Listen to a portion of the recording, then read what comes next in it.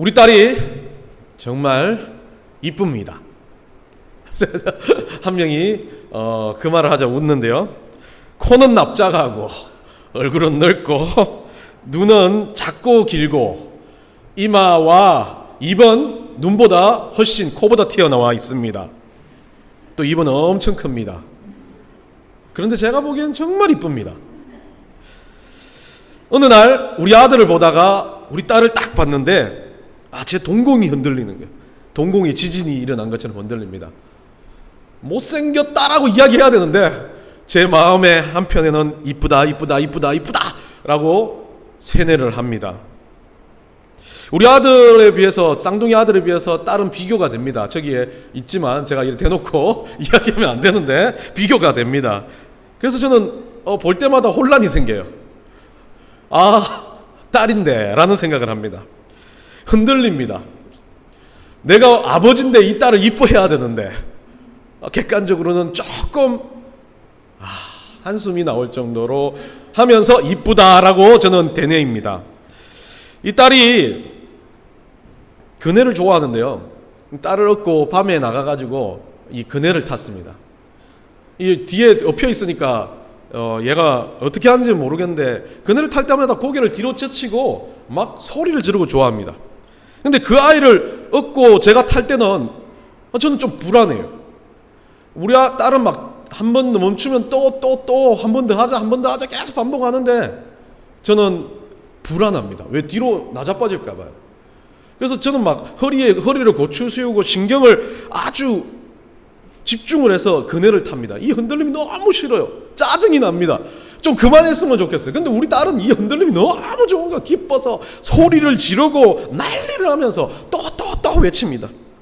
참 누구에게 흔들림은 지독히 긴장되고 지독히 어려운 순간인데 누구에게 이 흔들림은 너무 기쁘고 막 액티브하고 너무 익사이팅하다라는 이야기를 우리 딸이 그네 타는 모습을 통해서 저는 깨닫게 됩니다. 흔들린다는 거 다 나쁜 것만 아닌 것 같습니다. 우리 성경에는 흔들린다는 게 어쩌면 예수님이 우리 갈릴리 바닷가에서 배가 흔들리면 이 사람들 죽게 되었다라고 이야기할 정도로 그런 지독한 흔들림도 있을 수 있고요. 인생에 있어서는 여러 가지 흔들림들이 우리한테 있습니다. 근데 성경에서는 이 흔들림에 대해서 고난이다, 아픔이다, 슬픔이다 이야기하지 않습니다. 그래도 하나로 해석한다면 흔들린다는 건 좋은 것만은 아닌 것처럼 표현을 많이 합니다. 그런데 때로는 이 흔들림이 얼마나 인생에 있어서 기쁨도 될 수 있고 인생에 있어서 아주 익사이팅한 게 될 수 있다는 게 우리 딸의 사건에서 보듯이 흔들림을 어떻게 받아들이냐에 따라서 달라질 수 있다는 것을 저는 깨닫게 됩니다. 우리는 흔들림이 고통이라는 그 전제하에 있습니다. 그렇기 때문에 예수님은 예수님이 스스로 말해요. 그리스도와 함께 고난을 받으라. 예수님이 이것을 말했을 때는 네가 흔들림을 그대로 받으라. 흔들릴 수밖에 없다라고 이야기하는 겁니다. 고난은 있을 수밖에 없다라고 말합니다. 많이 흔들릴 수밖에 없다라고 말합니다. 안 흔들릴 수는 없다라고 말합니다. 그렇다면 저는 우리의 마음의 자세를 어쩌면 우리 딸 수아처럼 그네에서 흔들리는 그 흔들림이 즐거움이 되고 기쁨이 된다면 얼마나 좋을까 한번 생각을 해봅니다. 이처럼 흔들리는 것은 앞뒤가 다르고 사람마다 다릅니다. 그런데 이 흔들린다는 건 관점과 시각에 따라 다르겠지만 우리 그리스도인들은 이 흔들림에 대해서 다른 관점을 가지고 있어야 됩니다.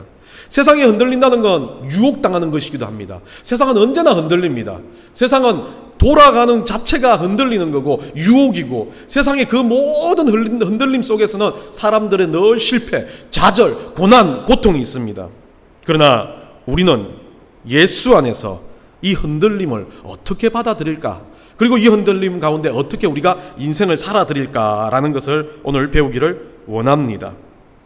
세상은 썩고 사회의 기강이 무너지고 윤리와 도덕이 바닥에 깔아앉았다라고 그렇게 말합니다.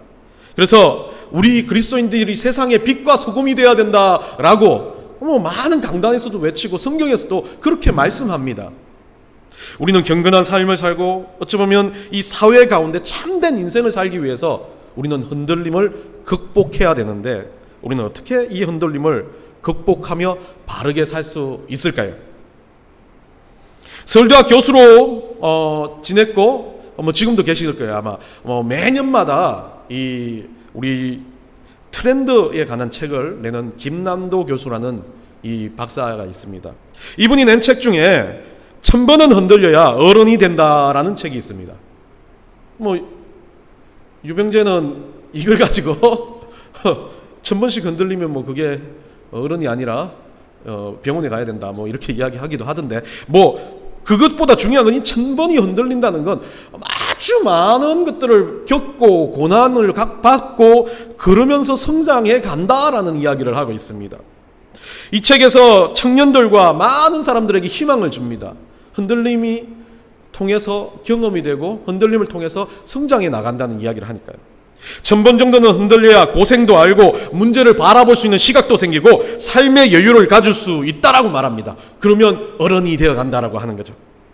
그런데 우리 그리스도인들은요, 좀 지독하게도 우리 성경은 요즘에 어떻게 보는지 모르겠지만 과학적이게도 1000번이 아니라 죽을 때까지 흔들린다라고 말해요.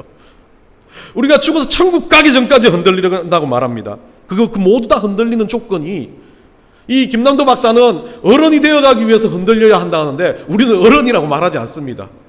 내가 잘 되는 걸 이야기하지 않습니다. 하나님이 영광을 위해서라고 말합니다.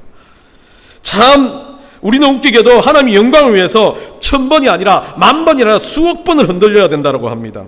그래서 오늘도 흔들리고 내일도 흔들리고 천국 가기 전까지 흔들립니다. 저는 이 흔들림에 대해서 깨달았던 적이 있는데요. 요 근래 서울을 가면서 서울에서 내려가지고 그 역사에서 바깥에 보이는 나무를 봤는데, 와, 푸르르게 나무가 있더라고요. 역사에 잘 안 보이는데 나무 한 그루가 보였어요. 근데 바람이 부니까 막 나무가 막 흔들리더라고요. 우리 어제 기억나시죠? 아파트에서 나무들을 쳐다보니까 이 태풍이 지나가니까 엄청나게 흔들려대더라고요. 저는 그곳에서 그리스도인에게 주는 하나님의 메시지를 깨닫게 됐습니다.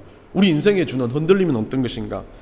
화창한 날씨인데도, 그때 서울에 갔을 때는 화창한 날씨일 때도 바람이 불어대니까 이 나무가 흔들리기 시작해요. 처음에는 그냥 작게 잎이 떨어지지만 평온한 가운데서 이 나무들이 막 흔들리는 것 같지만 그 나무 주변에서 나무들끼리 부딪히면서 막 흔들려요. 물론 저는 소리는 듣지 않았지만 가까이 가면 그 소리가 들릴 거예요. 사락사락 하는 소리가. 그 흔들림 보니까 1분에 이 흔들리는 게 막 수백 번, 수천 번 흔들려요. 그러면 10분이면 수만 번, 1시간이면 이 흔들림이 숫자를 세지 못할 정도로, 정신이 혼미해질 정도로 이 나뭇잎파리는 흔들릴 겁니다. 그런데 너무 거기에서 정말 가슴이 아프게도 눈물 한 방울 똑 떨어져야 되는데 막 흔들리다가 이 나뭇잎이 탁 떨어지면서, 공중에 여러분들 아시죠? 이 영상에 보면 나뭇잎이 탁 떨어지면서 바람을 타고 하늘에 확 올라갔다가 바닥으로 천천히 떨어집니다. 그리고 그 옆에 있던 나뭇잎은 또 어때요? 그 떨어졌던 나뭇잎과 막 부딪혔던 그 나뭇잎은 또 이제 혼자 떨고 있어요. 계속 그 나무를 보면서, 이 흔들림을 보면서 깊게 생각하게 됐던 겁니다. 수만 번 흔들리면서 수천 번 수억 번 흔들리고 난 다음에 어떻게 해요? 떨어져 버려요. 떨어지면서 그냥 그 바닥에 깔아앉아 버립니다. 거기서 썩어 버려요. 김남도 박사님은 흔들림으로 자라간다고 했지만 세상을 보니까 흔들림으로 끝나지 않아요. 흔들려서 더 지독하게 뜯겨 나와서 바닥에 떨어지고 바닥에서 썩혀지고 그 밑바닥으로 스며들어진다는 거예요.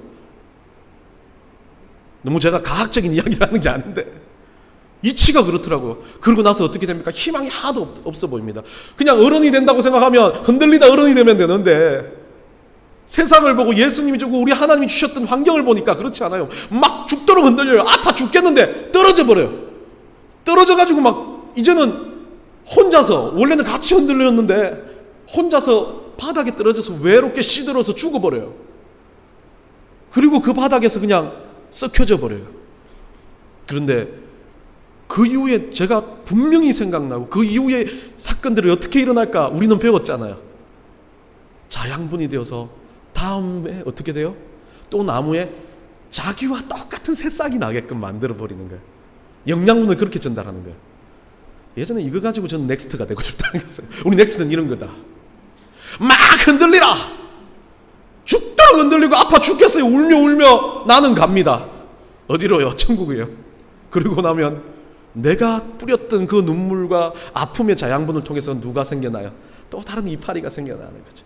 근데 이파리가 하나만 생겨날 거예요? 아니에요. 내 자리에서 수십 개의 이파리들이 생겨난다는 겁니다. 저는 그래서 그것을 봄이에요. 봄에는 솔바람에 새싹으로 흔들리고, 여름에는 태풍 가운데 막 지독히 부는 태풍 가운데 흔들리고, 가을에는 바짝 말라서 떨어져 버리고, 그렇게 또다시 나의 자양분을 뺏고 나의 자녀들, 다음 세대들이 생겨날 수 있는 것, 어쩌면 그게 인생이라고 저는 생각을 합니다. 그래서 저는 명제를 바꿉니다. 우리 김남조 교수님은 1000번 흔들려야 어른이 된다는데, 저는 흔들림은 끝이 아니다 라는 명제를 만들고 싶습니다. 하나님의 영광을 위해서 우리가 사는 인생들은 흔들리는 것으로 끝나지 않습니다. 흔들리면 흔들릴수록 수천 번, 수만 번, 수억 번 흔들리면 많이 흔들릴수록 우리는 다음 세대를 향해서 더 많은 것들을 보여주고 더 많은 것들을 전달할 수 있다고 저는 생각합니다. 흔들리며 계속 흔들려서 우리도 이 자리를 지키고 꿋꿋하게 버텼을 때 하나님은 우리를 떨어지게 만드실 겁니다. 지독히도 아무것도 없는 것처럼. 그러나 우리가 땅에 썩어진 그것을 가지고 겨자씨들이 심기워지고, 그 겨자씨 가운데서 뭐가 나타날까요? 세상을 주름잡는 거인들, 이 겨자씨로 만든 겨자나무가, 아주 울창한 겨자나무가 저는 생겨날 거라고 믿습니다. 결국 흔들림은 절대 끝나지 않는다는 겁니다. 우리의 흔들림은 다음 세대로 이어질 거고, 다음 세대의 흔들림은 주님 오시는 날까지 흔들리는 으로 저는 연결될 거라고 믿습니다. 그래서 우리는 흔들려야 합니다. 오늘도 흔들려야 합니다. 댄스 치듯이 흔들리지 마시고 우리는 인생 가운데서 매번 흔들려야 된다는 거죠. 우리는 인생을 두고 묻습니다. 이거 꼭 해야 돼? 넥스 교회 꼭 해야 돼? 아이들 위해서 이거 꼭 해야 돼? 괌을 꼭 가야 돼? 뭐 어떤 프로젝트를 해야 돼? 그렇게 해야 하나? 대충 하면 안 되나? 그냥 모여지면 뭐 해가지고 만들어가면 안 되나? 라고 생각할 수 있는데, 하나님 말씀하십니다. 그거 영광을 위해서 하는 거 맞아? 라고 묻습니다. 그거 나한테 영광이 돼? 라고 묻습니다.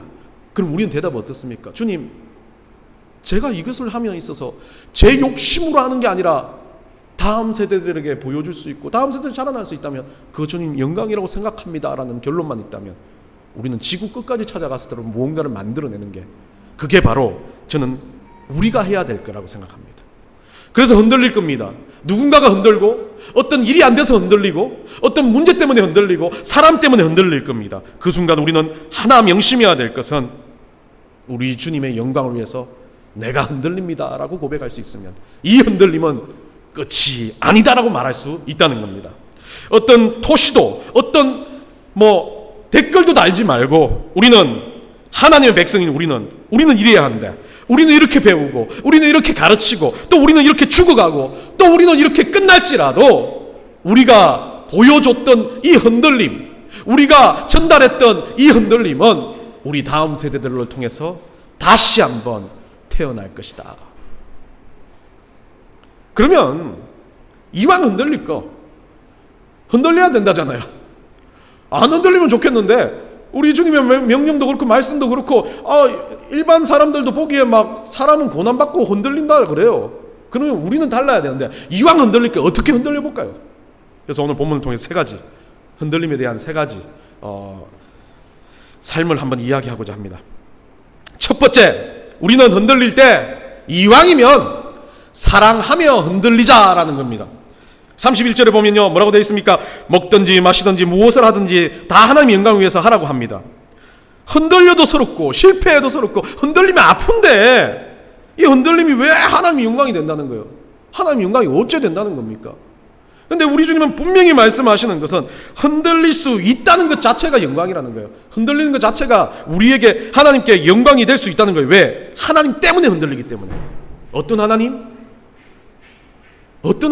우리를 사랑하셔가지고, 하나님이 가장 큰 속성 중에 하나님 사랑이시라는 그 속성 중에 우리를 사랑하셔가지고 막 예뻐 죽겠어가지고 자기 아들까지 죽이시면서 우리를 구원하셨던 그 사랑 안에서 흔들리면 돼요. 보고만 해서 흔들리라는 거예요. 그 사랑 안에서 흔들리라는 겁니다. 우리는 영광을 위해서 살 수 있는 유일한 방법은요, 어떤 자리라도 사랑하는 마음으로 서 있다면 된다는 겁니다. 하나님 우리에게 주셨던 그 사랑처럼 우리도 사랑하니까 흔들릴 수 있습니다라고 생각한다면 된다는 겁니다. 사랑하면요, 사랑을 가지면 흔들려도 조금 상관없어요. 왜? 사랑이 흔들림보다 더 저는 위의 감정이라고 생각합니다. 사랑은 다 덮을 수도 있어요. 사랑은 지독한 고통도 덮고요. 사랑은 유혹도 덮을 수 있고요. 사랑은 흔들리는 모든 것을 덮을 수 있기 때문에 저는 사랑하면 흔들리라는 겁니다. 저희 와이프가 놀이기구 젊을 때 너무 좋아했었습니다. 막 놀이기구만 타면 막 그 놀이동산 가자고 연애할 때는 자주 그렇게 이야기했어요. 그래서 제가 기억나는 건 놀이기구 타는 건 질색합니다, 제가. 그래서 저는 기억나는 건 놀이기구를 같이 타주는 게 진짜 사랑이다라고 생각했어요. 그래가지고 그 이랜드, 그 대구 말고요, 그 유명한 저 위에 용인에 있는 이 랜드 갔어요. 그 이랜드에 가가지고 막 탔는데 지금은 없어졌는데 독수리 요새라는 게 있습니다. 이거 말하면 다 알죠, 뭐 어딘지. 근데 거기서 독수리 요새를 탔는데 우리 와이프가 제가 막 타기 싫다 막 그랬는데 독수리 요새를 타자 그러더라고요. 막 정말 많이 뺐어요. 그런데 이 연애 때니까, 제가 지금 결혼 생활이면 절대 타지 않습니다. 근데 연애 때니까 막 좀 타면 안 돼? 내가 그렇게 타고 싶었는데 혼자 타게 해야 해? 그래서 탔습니다. 얼굴이 하얗게 질리가지고 독수리 요새에서 내려왔어요. 내려와가지고 우리 와이프가 다음에 타자는 게 바이킹이었습니다. 이제는 저는 그만 탔으면 좋겠는데, 이 바이킹을 타려고 하는 순간 정말 모든 것이 목구멍 쪽으로 쏠리는 걸 느꼈어요. 그래도 이 여인이, 사랑하는 여인이, 지금도 사랑하지만요, 그 사랑하는 여인이 타자고 하니까 그때까지는 제 목숨을 걸어도 된다 생각하고 탔습니다. 근데 이 바이킹이 웃긴 게 그때 이제 퉁퉁한 이렇게 줄 한 줄로 타니까 바이킹 이게 이렇게 안전바가 내려오지 않습니까? 이 안전바가 아이들이 있으면 이 안전바에 맞추기 위해서 안전바가 밑으로 이렇게 딸딸딱 내려오잖아요. 근데 제 옆에 쪼까나 아이들이 타가지고 우리 와이프도 빼빼하니까 제 배를 꽉 누르는데 이게 견딜 수가 없는 거예요. 바이킹의 문제가 아니라 이게 배를 누르니까 점심 때 먹었던 거, 그때 돈가스는 뭘 먹었어요? 먹었던 게 막 그거를 막 내 위장을 자극해서 막 눌렀는데 밑으로 내려갈 수가, 지저분한 말인데 밑으로 내려갈 수가 없잖아요. 소화가 돼야 밑으로 내려가는데 소화가 안 되니까 어디로 올라갑니까? 한번 쑥 올라갔다가 내려올 때 이게 배를 훅 누르면서 막 내려가니까 여기 올라갔을 때는 이까지 타가지고 뿜고 싶은 생각이 막 참아야 된다. 또 사랑하는 여인 옆에서 추태를 보일 수 없다. 그렇게 생각하면서 막 제가 참았다는 거 아닙니까? 사랑의 힘은 대단해요. 사랑하니까 이 여인을 보니까 그거 해야 되겠다고 했고, 내가 할 수 있는 모든 것도, 보여지는 것도 이 여인한테 추태를 보여주면 안 되겠다는 생각에서 다 참는 거죠. 내려와가지고 결국 화장실을 가면서 추태를 보였지만 그래도 얼굴이 하얗게 질린 상태에서 놀이기구를 계속 타진 않았습니다. 탔다는 거예요. 여러분, 그거 왜 탔습니까? 안 해도 되는 거잖아요. 난 즐기는 게 아니지 않습니까? 그런데 내가 즐기지 않더라도, 내가 조금 힘들더라도 뭐 때문에 했습니까? 사랑하기 때문에 그래요. 사랑하기 때문에 그 일을 했다는 겁니다. 우리 예수님 왜 우리 때문에 죽으셨습니까? 우리 예수님 죽으신 이유는 아무것도 없어요. 나같이 지독히 더러운 한승훈이란 이 더러운 종 같지도 않은 종 때문에 우리 예수님 죽어야 될 이유가 없지 않습니까? 근데 뭐 때문에 죽으셨어요? 사랑하니까. 너무 사랑해서 승훈이라는 그 이름을 두고 승훈이라는 그 자기 자녀 둔다면 견디지 못해가지고 예수님 죽으셨다는 거예요. 왜 나를 구원하시기 위해서요? 그 사랑이 있다면, 그 사랑의 감정이 있다면 흔들려도 됩니다. 흔들리면 더 이상 흔들림이 아니에요. 사랑하는 감정이 있다면 흔들리면 꾹꾹 눌러져가지고 다 극복될 수 있는 그냥 자그마한 자극에 불과한 겁니다. 마태복음 22장에 내 마음과 뜻과 정성을 다하여 너희 하나님을 사랑하라고 말합니다. 왜요? 예수님께서 우리를 사랑하신 것처럼 우리도 먼저 해야 될 것은 이웃사람 전에 하나님 사랑하라는 거예요. 하나님 사랑하면 어떻게 돼요? 유혹도 사랑할 수 있어요. 하나님 그 유혹을 좋아서 사랑하는 게 아니에요. 유혹을 이기게 사랑한다는 거예요. 하나님 사랑하면 사람의 어떤 관계의 문제, 상황의 문제 다 사랑할 수 있어요. 하나님 사랑하면 할 수 있다는 겁니다. 하나님은 우리에게 말합니다. 사랑은 그냥 단순히 99.9%의 사랑을 원하는 거 아닙니다. 우리 하나님은 우리에게 뭐 했습니까? 100%의 사랑, 다 꽉 차 있는 사랑을 주셨어요. 예수 그리스도를 통해서요. 사랑은 어찌 보면 이 세상에서 우리가 흔들리는 모든 고통과 감정, 어려움을 무마시키는 진통제입니다. 하나님 그거 우리에게 주셨어요. 사랑이 있으면 어떤 흔들림도 사랑 안에서 영광이 되기 때문에 그렇습니다. 오늘 여기서 방금 마태복음에 말했던 것처럼 내 마음과 뜻과 정성에서 마음 과거, 뜻은 미래를 말합니다. 목숨, 현재 것을 말합니다. 내 인생을 송두리째 주님을 사랑하는 데 드리라고 말하죠. 왜? 주님께서도 우리에게 모든 것을 포기하고 주셨으니까요. 그게 사랑입니다. 흔들리는 것이 끝이 아니라는 것을 안다면 우리는 계속 흔들릴 건데 이거 어떻게 흔들릴까라고 말한다면 사랑하면 흔들림이 됩니다. 그러면 흔들리는 거 아닙니다. 그 흔들리는 거 아주 자극적이고 재밌는 흔들림이 될 수 있습니다. 사랑 안에 녹아져서 그 흔들림도 은혜가 되고 사랑 안에 녹아져서 그 흔들림도 감사가 되는 것입니다. 두 번째, 주의를 배려하며 흔들리는 거죠. 이타심을 갖고 흔들리라는 겁니다. 본문 32절을 보면요, 뭐라고 되어 있냐면 하나님의 교회나 그치는 자가 되지 말고, 앞에 뭐 유다인 헬라인 하나님의 교회에 그치는 자가 되지 마라라고 말합니다. 이 그치는 자, 거추장스럽다라고 이 단어가 불편을 주고 무언가 조금은 이 짜증나게 하는 것들을 이야기합니다. 근데 막 엄청나게 힘들게 하는 건 아니에요. 거추장스러운 건 막 뭔가 싫어, 이게 막 이것 때문에 막 힘들어서 죽고 싶은 이야기는 아니고, 이게 좀 피냈으면 좋겠는데 근데 없어지지 않아요. 막 진짜 어려운 고통은 그게 빡 오면 막 다른 게 보이지 않는데, 이 거추장스러운 내가 사는 거 다 사는데도 이거 좀 너무 힘들어 라고 생각하는 그 옷 같은 거 잘못 입었을 때 이거 좀 벗었으면 좋겠는데 막 파티가 계속 되니까 못 벗는 형태, 그런 느낌이에요. 그래서 이건 뭔가 강한 건 아닌데 나한테 붙어가지고 떨어지지 않는 짜증남, 약간 사소한 분노, 그리고 사소한 걸거침 같은 그런 겁니다.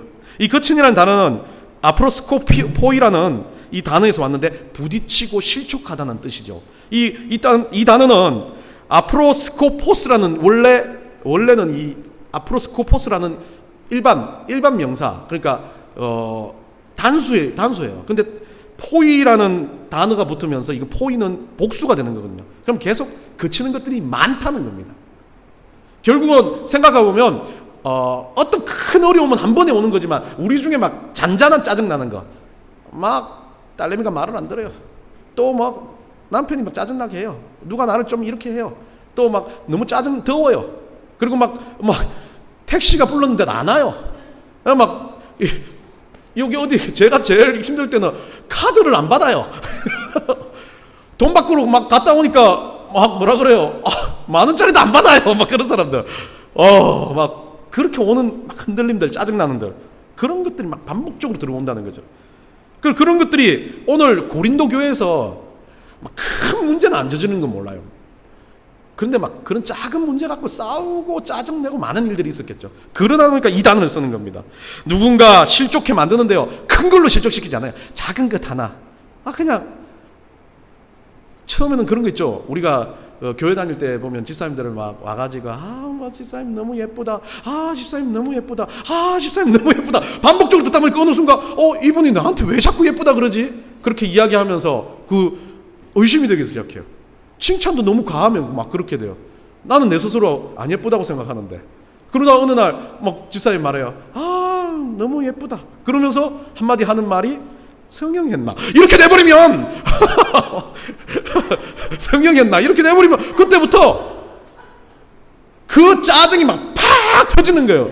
그러면 이제 어떤 사람이, 교회 안에서 어떤 다른 사람이 집사님 너무 예쁘다, 집사님 예쁘다, 이런 거예요. 누구 하나로부터 온 사소한 말 한마디에서 이렇게 짜증이 일어나는 거, 행동 하나에서 짜증이 일어나는 거, 그런 것들을 가지고 이야기하는 겁니다. 우리는 수만 번, 수천 번 흔들리는데 우리가 조심해야 될 건 이거예요. 나는 아닌 것 같은데도, 나는 배려하라고 말하는데도 생각을 다시 안 하다 보니까 작은 거 하나예요. 그냥 무심코 넘어갈 수 있는 말인데 그 말이 그 사람한테는 짜증을 주고 흔들리게 만들어진다면 그건 잘못된 겁니다. 우리 넥스트는 이런 일을 합니다, 이런 일을 합니다, 이런 일을 합니다, 많은 이야기예요. 근데 그 사람은 이거에 대해서 관심이 없고 부담스러워요. 그럼 안 해야 되는데 또 가가지고 붙잡아 놓고 넥스트는 이런 일을 하니까 눈을 부릅뜨고 내 눈을 똑바로 쳐다봐 막 이렇게 하는 거, 그거 아니라는 거예요. 눈치가 있어야 되고 어떤 사람 배려함이 있어야 된다는데, 배려함은 그 사람을 생각하는 겁니다. 싫어하는 거, 좋아하는 거. 그리고 내가 실수를 했다면 그거 미안해, 다시는 안 할게. 그러면 또 안 하면 되는데 또 그렇게 말해요. 아, 전에 말 안 한다고 했는데 또 나왔네. 이렇게 말하는 건 아닌 거죠. 이 정말 조심해야 될 게 언어, 행동, 자기가 가지고 있는 이런 것들이에요.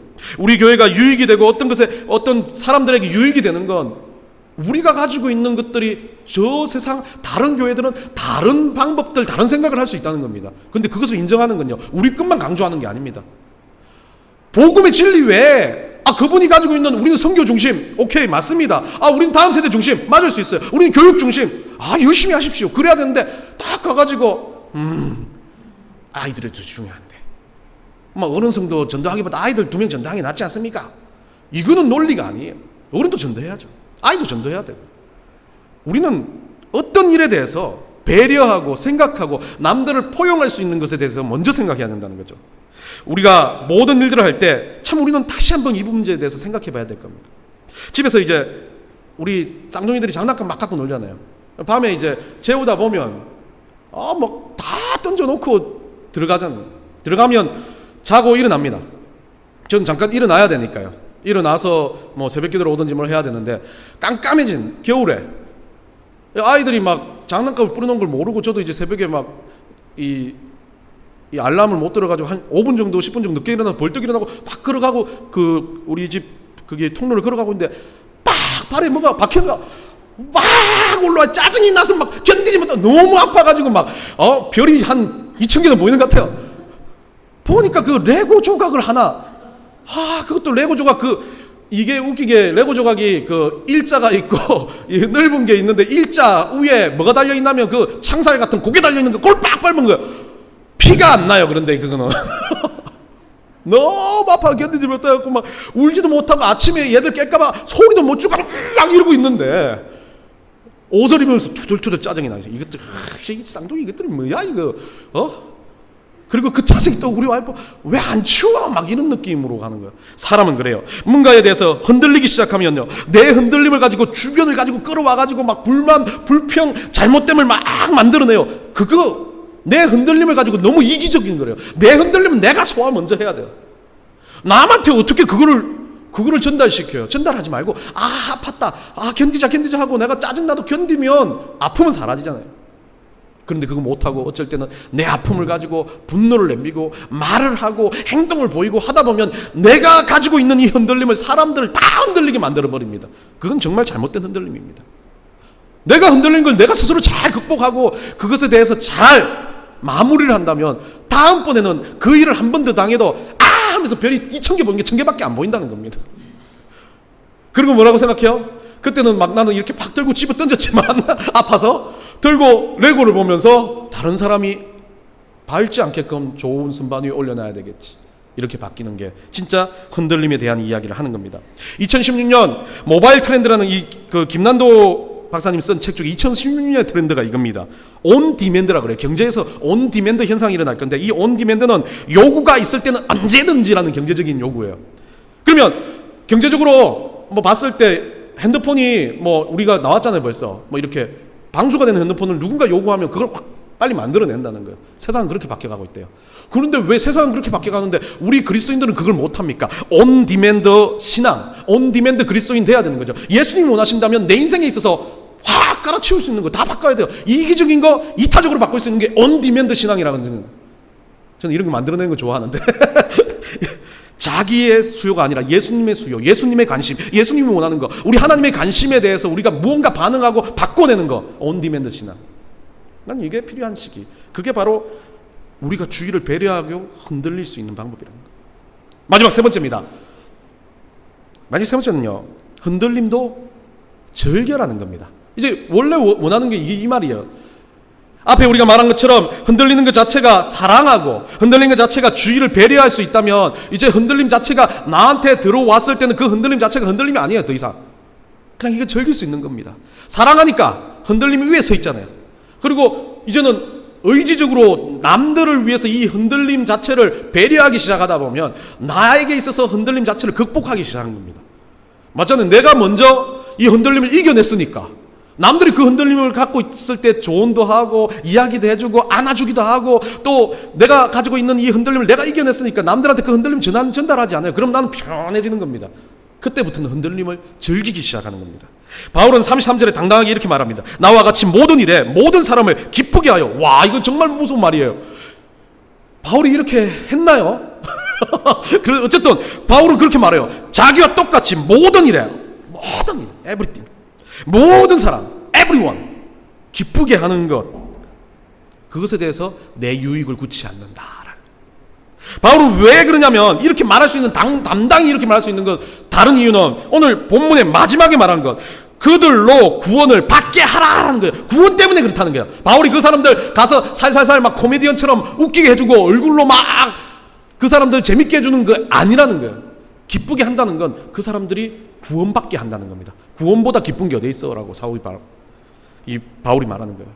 구원을 받는다는 것은 기쁨의 기쁨이라는 거죠. 구원을 받았다는 건 우리가 흔들림 자체를 볼 수 있는 눈이 사라진다는 겁니다. 그 구원의 기쁨 안에서는. 우리 인생을 살 때 우리는 구원받은 백성으로 사는 건지를 먼저 내 자신을 돌아봐야 됩니다. 그래서 기쁘고 즐겁다. 내가 아주 힘들어요. 초라해 보여요. 그런데도 나는 구원받은 하나님의 백성, 오늘도 천국 가고 있다. 나는 영생이 있다라고 생각한다면 그 기쁨과 비교할 수 있는 건 아무것도 없다는 겁니다. 내가 그렇게 기쁘다? 그럼 주변 사람들을 전도하고 주변 사람한테 이 복음과 구원을 알려준다면 이거보다 기쁜 게 없다라고 사도 바울은 말하는 겁니다. 우리 인생에 있어서는 우리는 대단한 기쁨을 찾지 않아야 됩니다. 어쩌면 가장 강력한 기쁨, 사소한 기쁨처럼 보이는 게 이 구원에 대한 기쁨이라는 거죠. 우리 인생은 그래서 누구는 막 불행하다, 뭐 슬프다라고 말하지만 궁극적으로 예수 그리스도를 믿으면 우리 인생은 행복해야 됩니다. 왜요? 구원받은 인생이기 때문에. 의지적으로라도 우리는 행복한 인생이라고 계속 반복적으로 세뇌해야 됩니다. 내가 그렇지 않은 환경과 상황이 그렇지 않다 할지라도 어떠한 형편이든지 자족해서 만족할 줄 알게 되는 겁니다. 사도 바울이 말한 것처럼요. 빌립보서 4장 4절에서 주 안에서 항상 기뻐하라. 내가 다시 말하노니 기뻐하라라고 사도 바울이 말합니다. 빌립보서를 쓸 때 어디에 있었습니까? 감옥에 있었습니다. 사도 바울은 감옥 안에서 뭐가 그리 기쁘겠어요? 감옥이 뭐가 그리 좋겠어요? 눈은 어두워지고 먹을 것도 제대로 못 먹고 몸은 쇠약해지고 죽어가고 있습니다. 근데 사도 바울은 뭐라고 씁니까? 그 감옥 안에서 빌립보 교회 안에 쓰면서 항상 기뻐하라. 내가 다시 말하노니 기뻐하라. 기뻐 죽어라라고 말하는 겁니다. 기쁨이 넘쳐가지고 막 견디지 못하라고 말하는 겁니다. 어떤 환경에서도 우리가 기쁨을 가지고 살 수 있다는 것, 자족하고 살 수 있다는 것, 그 근본적인 이유는 어떤 흔들림도 넘어설 수 있는 구원의 기쁨을 우리는 가지고 있기 때문에 그렇습니다. 이 흔들림을 즐길 수 있는 가장 큰 이유는 나는 천국 가기 때문에 그렇습니다. 항수관 박사님 여러분 잘 아시죠? 돌아가셨잖아요. 이 항수관 박사님이 이런 말을 했어요. 웃음의 철학을 말하기를 월요일은 원래 웃고, 화요일은 발음이 잘 안 돼요. 화사하게 웃고, 수요일은 수수하게 웃고, 목요일은 목숨 걸고 웃고, 금요일은 금방 웃고 또 웃고, 토요일은 토실토실하게 웃고, 세상 사람들이니까 일요일은 일어나서 웃고 또 웃고 일어나서 웃고 앉아서 웃고. 참 이 웃음 가지고 신바람 맞죠? 이야기를 하면서 일평생 살다가 천국 가셨잖아요. 이 항수관 박사님이 근본적으로 웃고 싶은 이유가 뭘까요? 아유, 세상 보면 웃을 일 하나도 없어라고 생각하겠지만 이 웃음의 근거를 물론 여기서는 말씀하시지 않았지만 저는 직접 들었어요. 제가 전도사 때니까 한전사님 웃을 수 있는 이유 있잖아요. 늘 제가 웃음을 강조하지만 나도 잘 못 웃는 사람이에요. 근데 웃기 위해서 의지적으로 노력한 거 가장 하나만 바라보면 됩니다. 뭐요? 나 구원받았어. 이렇게 이야기하더라고요. 참 그때 기억나요. 방에서 금토를 못 해가지고 제가 그 간사로 있을 때 미국에 오셔가지고 제가 우리 지피선교회하고 연결이 닿아서 제가 라이더도 해드리고 뭐 약도 좀 사드리고 이제 컴퓨터 좀 세팅을 해드리러 갔는데 앉아가지고 아들 이야기도 하고 아들이 뭐 돈이 필요하다고 돈 좀 붙여달라 이야기하다가 뭐 한 목사님은 막 잘 웃게 생겼다고. 아, 예, 잘 웃습니다. 그러니까 나는 원래 못 웃는 사람이라고. 근데 내가 웃을 수 있는 이유는 구원받았다라고 이야기하더라고요. 참 대단한 분이십니다. 저는 존경해요. 어떤 상황, 어떤 뭐 정치적인 역할을 떠나서 이분이 웃을 수 있다는 그거 하나 존경해요. 사도 바울과 똑같지 않습니까? 웃음으로 살 수 있는 인생. 예, 여러분 웃으면 촐랑된다. 웃으면 뭐 어쩌면 뭐 그거 하다. 웃으면 뭐 이상하다. 웃으면 좀 경박스럽다라고 이야기하겠지만 진짜 우리가 그래도 웃을 수 있고 그래도 기뻐할 수 있는 이유는 경박이 아닙니다. 촐랑이 아닙니다. 하나님 앞에서는요 그냥 애기처럼, 우리 수아나 예호처럼 뭔가 주셨기 때문에 아빠가 빵 하나 던져주면 막 좋아가지고 어쩔 줄 모르는 것처럼 우리는 그렇게 웃고 사는 거예요. 진짜 가식 없는 웃음. 하나님 주시던 이 구원 때문에 견디지 못해서 즐기고 있다는 그 웃음을 우리 가운데 가지고 살기 원합니다. 웃음은 경박이 아니라, 그래서 저는 경건이라고 봅니다. 웃을 수 있는 것은 경건한 사람입니다. 웃음은 촐랑이 아니라 영광입니다. 우리 하나님 앞에 영광 돌려드리는 거예요. 하나님 앞에 막 웃고 촐랑대는 거, 세상 사람은 촐랑대는 거라고 말할지 모르겠지만 우리는 하나님의 영광이라고 말하는 겁니다. 기독교 신앙의 특징은 다른 거 아닙니다. 기쁨입니다. 우리가 잠시 흔들려 끝나는 인생이라면 지긋지긋하게 이 흔들리는 것 때문에 짜증내고 분노하고 얼굴 잉그리고 살아야 됩니까? 아닙니다. 저는 그렇게 보지 않습니다. 계속 있다면, 이왕이면 즐겼으면 좋겠습니다. 이것이 반복적으로 있을 수도 있다면 우리는 웃었으면 좋겠습니다. 그것을 뛰어넘는 사랑이 있었으면 좋겠고, 그것 가운데서도 우리가 다른 사람 배려할 수 있고 너 이겨낼 수 있고, 마지막에는 이야 흔들림 이것도 어찌 보니까 제가 토할 것 같았지만 재밌었네 라고 기억하면 됩니다. 지금은 잘 타요. 청룡열차도 잘 타고, 우리 아들하고 가서도 이제 그때 기억에서 그런지 타면 뭐 얼마든 타요. 근데 재밌지는 않습니다. 그런데 재밌는 것처럼 생각하는 거죠. 왜? 그 사람을 사랑하니까 재밌는 것처럼 이야기하는 겁니다. 여러분, 말씀을 맺습니다. 인생은 계속 흔들릴 겁니다. 안 흔들릴 수가 없습니다. 이거는 우리 주님께서 창조하신 겁니다. 고난이 올 겁니다. 명령하셨잖아요. 그리스도와 함께 고난받으라고요. 흔들리고 반복적으로 흔들릴 때 우리는 어떻게 살아야 됩니까? 우리 삶의 흔들림은 끝이 없다면 우리는 사랑하십시다. 우리는 그것을 넘어설 수 있는 이타심을 가지고 다른 사람을 바라보면서 배려합시다. 그리고 마지막으로 궁극적으로 우리는 그것에 대해서 그냥 즐겨버리고, 그냥 그 흔들림 앞에서 조금 막 목끝까지 건더기들이 다 찼다 할지라도 입은 웃어버리는 거예요. 입은 억지로 웃어버리는 거예요. 그러면 바뀌기 시작합니다. 그것들로 인해서 흔들림은 더 이상 흔들림이 되지 않고, 흔들림이 더 이상 고난이 되지 않고, 흔들림은 더 이상 아픔이 되지 않고, 흔들림이 뭐가 되는 거예요? 정복된 나의 기쁨이 되어버리는 거예요. 여러분, 흔들리시죠? 아프시죠? 이제 그만 벗어나셨으면 좋겠습니다. 오늘 여러분들은 이제 흔들리는 게 아니라 흔들림은 즐기는 사람이 되는 겁니다.